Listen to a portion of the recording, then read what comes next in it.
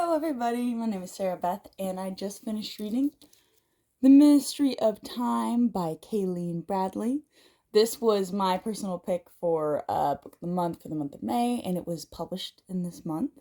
The book is about 350 pages long, but if you look at the text right here, it's not very dense. The font isn't too small, so it reads rather quickly. I enjoyed the book. It's definitely another one of those books where I'll say I had a fun time. I think that the author shows a lot of promise. I really enjoyed the prose. There is a section in this book I actually highlighted, just to give you guys an idea of how the writing is and, what personally affects me. And so the way that she writes, I would say, is meaning, but like short clip sentences, but not always. There's some nice prose in there as well. So at a certain point, when something changes, you say, the earth moved, but the earth stays the same. It's your relationship with the ground that shifts. So I kind of like a lot of just small, short bits of wisdom were given to me while reading this book, and it was quite enjoyable. The story itself, the premise definitely carries most of the novel, most of its weight, because we have our main character. She is a mixed adult. She, with her mother being a Cambodian refugee and her father being an Englishman, and then her job is within the ministry as a translator, and she gets moved to this department and gains a lot of special clearances to work with the Ministry of Time, where they are essentially taking refugees from different time periods. So they would have died in their time. And they're taking them out to basically experiment to see how a human would react to time travel. They're trying to make it a humanitarian effort by giving them these bridges, which our main character is one of them, to basically reteach them how to live in this society, societal norms, like what is politically correct, what to expect, what is racist, what is not, what is this proper way to speak, what are basically all these different inventions in front of them, how to navigate the world, essentially, that they've now been placed in. And so they're refugees of this time period. In the book, they're called expats. And our main character's expat is an actual historical figure. So I do really appreciate that in the novel, that our author, she heavily researched this one expedition, because this commander is mentioned, he's basically a footnote in other people's journals and other people's letters. And so she definitely created a character based off of the small tidbits that she learned about Commander Gore, just through reading of these books. And I do enjoy that. I think in the author's note at the end of the book, she basically says, the importance of those footnotes and of those people. And it does say a lot that, it is basically a book about a civil servant who's doing her job. And spoiler alert, it's a love story. I'm not giving it away. Like, the back basically tells you it's a love story in 4 sentences. So she falls in love with the commander, but it's a very, very slow process. I think that there is a little bit of a pacing problem.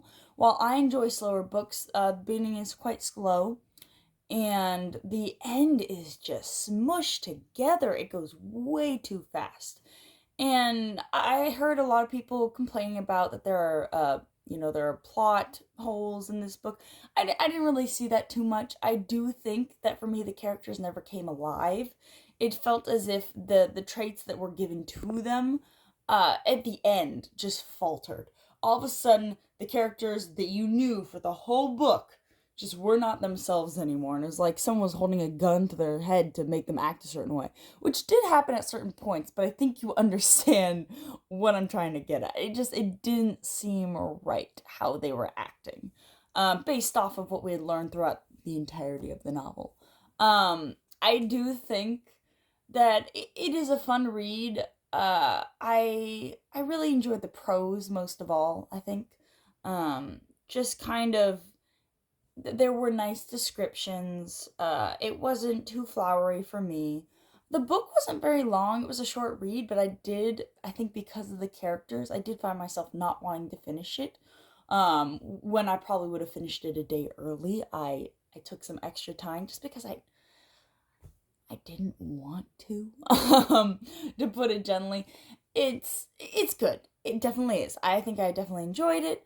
I don't think that if you're a big sci-fi person, you'll enjoy it. There's also, I'm not gonna call it smut, but there definitely was two racy scenes that I felt were a bit too racy for me. Just a little bit too, I'm not gonna call it vulgar, but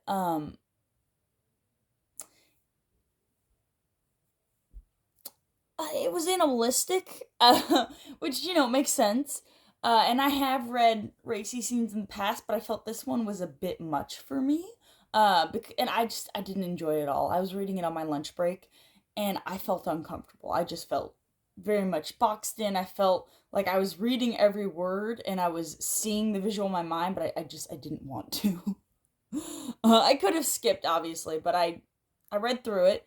It didn't seem right. I think because one of our main characters, the commander that was saved from time, he's from the 19th century, and his idea of courting to just going to this so fast. There was also, I don't know if this is TMI, but he didn't want to show himself naked in that region throughout the novel, and it's never explained why.